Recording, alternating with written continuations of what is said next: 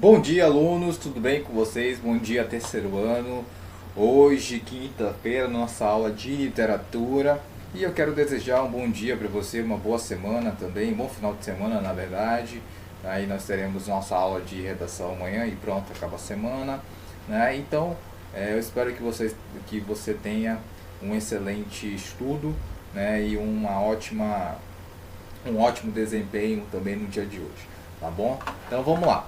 Gente, o que a gente vai fazer hoje? Nós vamos revisar a primeira geração do modernismo, tá bom? Passando aí pelos exercícios também, que nós passamos na aula anterior, na aula retrasada também, beleza? Então vamos lá, vamos fazer isso daí. Aí, gente, na página 10, eu não vou corrigir todos, né, obviamente, mas eu vou corrigir alguns pra gente ter uma noção de como a gente está caminhando, tá bom? Página 10, questão 1. Leia o poema de Manuel Bandeira, um dos principais, um dos mais importantes poetas do movimento modernista. Poética. Estou farto do lirismo comedido. Opa, crítica aí às escolas anteriores. Parnasianismo, simbolismo. Do lirismo bem comportado. Do lirismo funcionário público com livro de ponto expediente. Protocolo e manifestações de apreço ao senhor diretor. Opa! Crítica aí efusiva àquelas escolas que eu citei, parnasianismo, porque tudo era muito bonitinho, tudo muito era na forma certa. Estou farto do lirismo que para e vai averiguar no dicionário o cunho vernáculo de um vocábulo.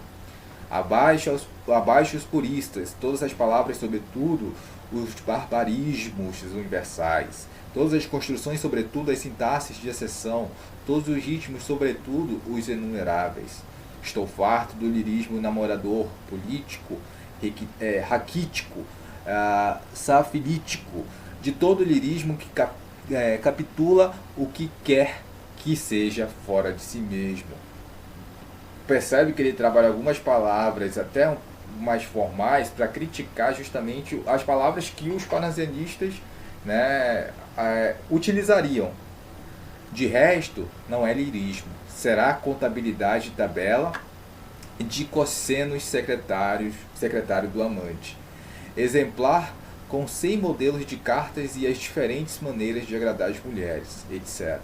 Quero antes o lirismo dos loucos, o lirismo dos bêbados, o lirismo difícil e pungente dos bêbados, o lirismo dos clowns de Shakespeare. Não quero mais saber do lirismo que não é libertação. Opa! Lirismo que não é libertação. Não quero saber disso. Ou seja, ele não quer saber de um lirismo que trabalha com as palavras formais, que trabalha sempre naquela métrica certinha de versos decassílabos, com a métrica muito certa, com as rimas todas perfeitas, né? Com aquelas palavras que ninguém conhece, só a elite conhece, só uma parte da população conhece. Ele falou, não, cara, eu quero libertação, eu quero escrever de maneira coloquial, quero falar sobre assuntos do dia a dia, quero falar sobre a cidade de São Paulo, quero falar sobre as diversidades nacionais, né, sobre os sotaques regionais, e que isso não seja crime, que isso não seja criticado, porque nós temos que valorizar os valores nacionais, certo? Sem idealizar, mas falar da maneira como é. Então vamos lá. Questão 1. Oxe, cadê a questão 1? Aqui no final? Ah, tá. Aqui você vai ver, né, quais seriam as alternativas corretas. Vamos lá. No poema Poética de Manuel Bandeira, é possível identificar algumas marcas do modernismo brasileiro. Entre elas encontra-se a defesa de um novo conceito estético que tem como objetivo o resgate dos aspectos tradicionais da poesia. Não, ele está justamente rompendo e criticando esses aspectos tradicionais. 2. A rejeição de todas as estéticas tradicionais, aí sim, e a proposta de que a poesia deve se voltar aos elementos comumente excluídos da composição poética, exatamente, ou seja, aqueles temas mais simples, mais coloquiais, que acontecem no dia a dia, que eram abominados pelos parnasianistas, pelos simbolistas, hoje não, no modernismo tem espaço. Então a 2 está correta. 3. A adoção de uma linguagem acadêmica centrada na busca por equilíbrio e erudição. Não. O equilíbrio, erudição é aquela palavra, são aquelas palavras mais formais, mais tradicionais, então não está fora. 4. O uso de formas espontâneas e liberdade na composição dos versos. Ó, liberdade. Quando tem essa liberdade nos versos, no poema, cara, é modernismo. Tá bom? B. Lê o verbete de dicionário abaixo. Tá bom? Vamos lá. Então vamos lá. Manifesto. Olha só, primeiro significado, coisa manifestada. 2. Declaração pública ou solene das razões que justificam certos atos ou em que se fundamentam certos direitos. 3.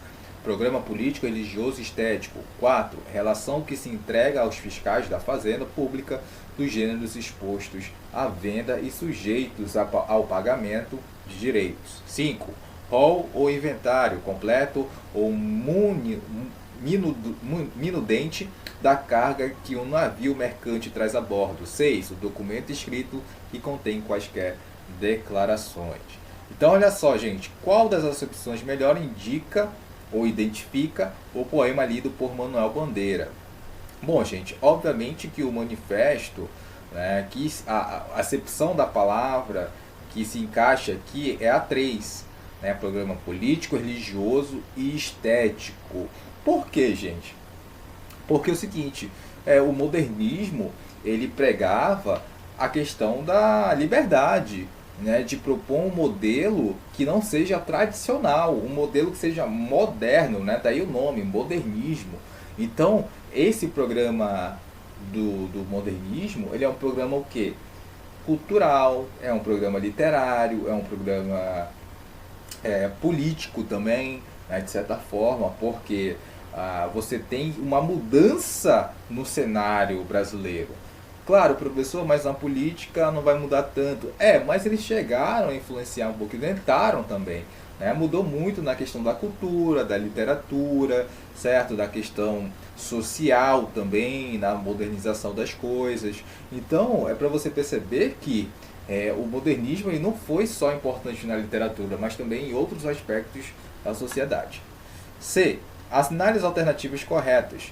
No verso abaixo, os puristas, o eu lírico se coloca contra, aí é fácil, né, gente? Aqueles que são adeptos de uma poesia de linguagem tradicional, sim, nós falamos sobre isso. 2. Aqueles que defendem uma poesia que explora novas formas de expressão, não. 3. Aqueles que se colocam a favor da preservação das formas clássicas do poema, sim. Né? São aqueles justamente os parnasianistas, né? os simbolistas, que querem as formas clássicas, que procuram aí sempre colocar os versos decassílabos em seus poemas. E os modernistas não queriam mais isso. Beleza, gente? Então olha só o que acontece. Vamos agora, gente, para a página 16. Pega isso, eu vou colocar aqui também na página 16. Beleza? Para a gente acompanhar. São aqueles exercícios sobre os autores da primeira geração. Nós fizemos essa primeira parte dos conteúdos, dos assuntos, dos exercícios sobre as características da primeira fase, iniciais e tudo mais. Agora a gente já vai entrar de fato nos poemas dos autores, tá bom? Então vamos lá. Aqui, ó. A primeira questão. Leia o poema de Oswald de Andrade e responda à questão proposta. Anúncio de São Paulo. Antes da chegada, afixam nos ofícios de tudo, nos ofícios de bordo, um convite impresso em inglês, onde se contam maravilhas de minha cidade. Sometimes called the Chicago of South America. Né? Então, olha só. Situada no Planalto, 2.700 pés acima do mar. E distando, olha só essa palavra, e distando é uma palavra que traz aí uma acepção nova, né, que seria a distância de 79 quilômetros do Porto de Santos. Né? Então você tem aí essa questão também de palavras que tem ali um significado já novo assim, que você já conhece, mas a palavra é nova. Né? Isso é muito comum no modernismo. Ela é uma glória da América contemporânea, sua sanidade é perfeita, o clima é brando e se tornou notável pela beleza fora do comum, da sua construção e da sua flora. A Secretaria da Agricultura fornece dados para os negócios que aí se queiram realizar. Então tem uma crítica muito grande em relação a quem gerencia ali São Paulo e tudo mais, como se ela tivesse à venda, né? A gente percebe aí. E é do Oswald de Andrade. O Oswald de Andrade é um crítico muito grande em relação a tudo que acontece, a todas as mazelas que acontecem no Brasil. A respeito do poema, identifique e comente a presença da ironia, elemento típico da poesia oswaldiana, que é justamente isso, né, gente? A gente percebe que, apesar de ter pontos positivos, mas isso daí, esses pontos positivos eles são mencionados, mas só para quê? Só para venda, né? Como se fosse, como São Paulo fosse uma mercadoria à venda, né? E não para exaltar a beleza da cidade, não para exaltar a diversidade regional, para exaltar as riquezas que São Paulo tem, mas sim como se estivesse exposta à venda, né? Então é bem complicado isso daí. Bora lá. 2. Leia o trecho de Memórias Sentimentais de João Miramar, de Oswald de Andrade. A costa brasileira, depois de um pulo de farol, sumiu como um peixe. O mar era um olhado azul. O sol afogado queimava arranha-céus de nuvens. 2 pontos sujaram o horizonte, faiscando longínquos bom dias sem fio. Os olhos hipócritas dos viajantes andavam longe dos livros, agora polichinelos sentados nas cadeiras vazias. A aproximação do texto literário à prosa cinematográfica caracterizada pela... Olha só, eu falei isso com vocês na outra aula, na aula passada, e na primeira aula sobre modernismo também. Que é o que, gente? A característica do modernismo é ter sequência de cenas, né? Ter o corte e recorte, aquela característica lá do cubismo, do Picasso, quando ele fazia os quadros com as formas geométricas e ia encaixando uma na outra e no final você tinha um resultado, tá bom? Permite afirmar que esse fragmento de autoria de Oswald de Andrade enquadra-se na estética modernista, tá, gente? Então nós temos a questão simultânea das imagens, porque é uma sequência de imagens, e modernismo. Mas, professor, como assim sequência de imagens? Ou seja, uma coisa acontece aqui, é um fragmento. Outra coisa que acontece ali é outro fragmento. E esses fragmentos, eles vão o quê? Se unindo. No final tem um resultado que você consegue entender, que você consegue compreender. Tá bom? 2. Leia o início do poema Meditação sobre Tietê, de Mário de Andrade, publicado pela primeira vez no livro Lira Paulistana, de 1945. Água do meu Tietê, onde me queres levar? Rio que entras pela terra e que me afasta do mar. É noite, e tudo é noite. Debaixo do arco admirável da ponte das bandeiras, o rio murmura no banzeiro de água pesada e oleosa. Eita, crítica bem pesada e um tom bem triste, né, nessa poética. Letra A. Indica o elemento formal e outro relacionado ao conteúdo para justificar que se trata de um poema modernista. Então, gente, aspecto formal aqui, ó, não tem rima, os versos também não são metrificados de maneira sequenciada, de maneira, né, bem encaixadinha. Não existe isso no modernismo. Na primeira fase não existe isso, tá?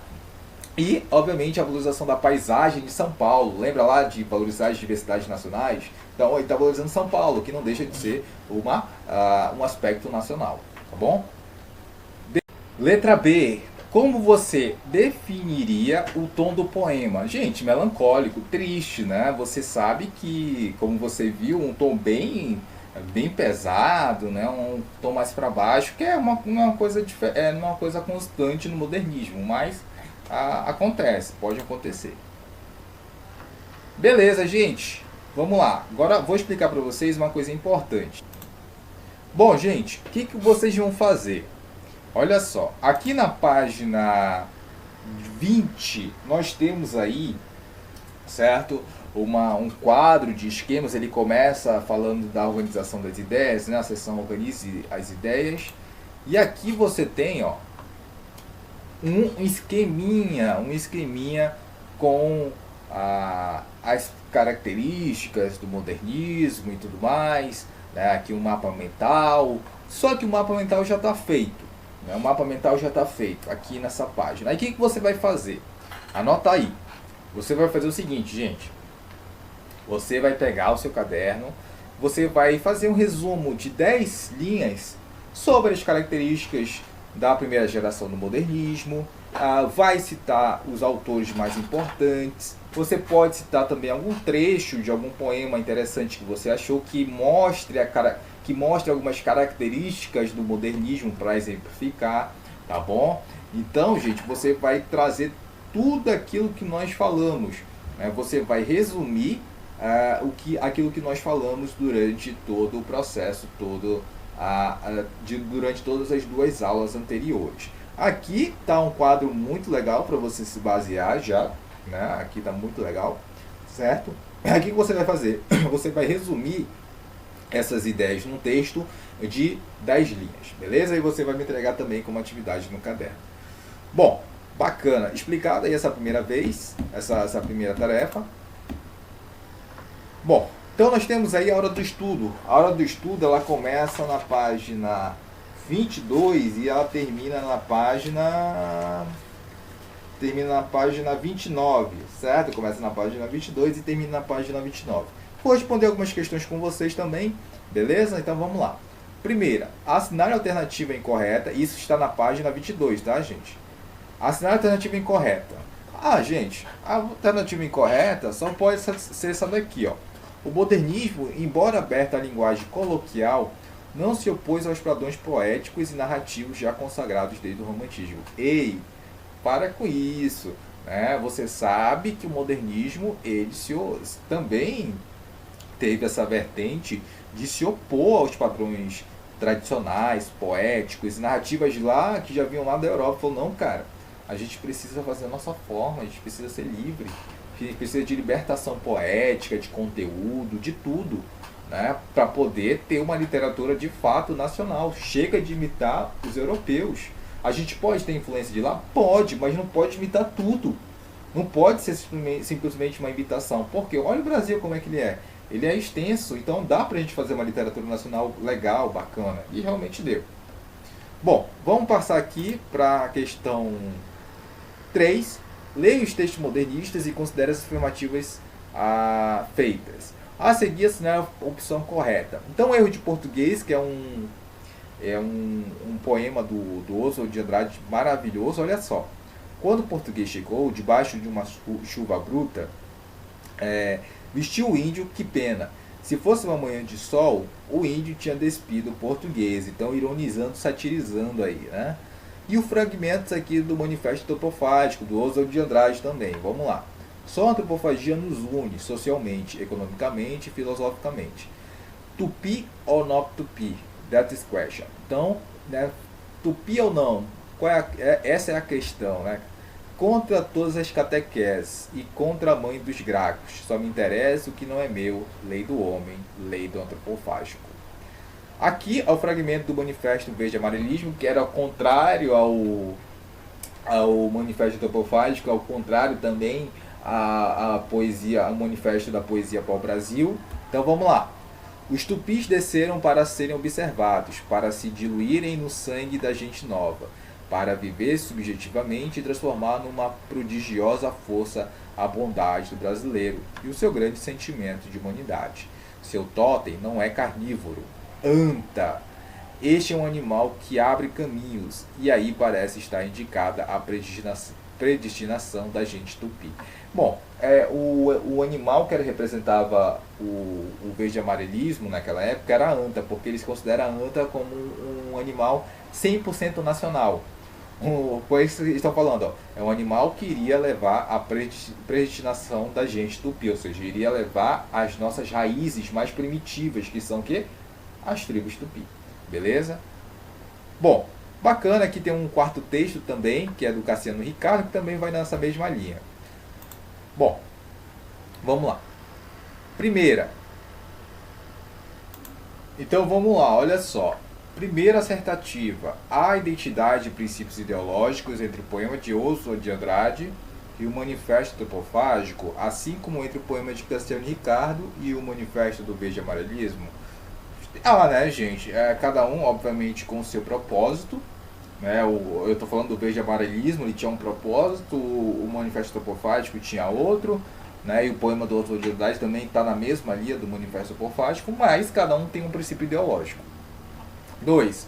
O modernismo aprofundou o que o romantismo tinha iniciado, a subversão dos gêneros, ou seja, a poesia, por exemplo, aproximou-se do ritmo da prosa, e isso aconteceu bastante, e adotou o verso livre como instrumento para a elaboração dos poemas. Bom, se é para dizer assim, gente, uma característica que veio do romantismo é essa, né? Nada mais, né? A subversão dos gêneros, ou seja, a poesia se parece mais ali com o ritmo da prosa e não com aqueles versos lentos e tudo mais. Isso é uma característica do romantismo e do modernismo.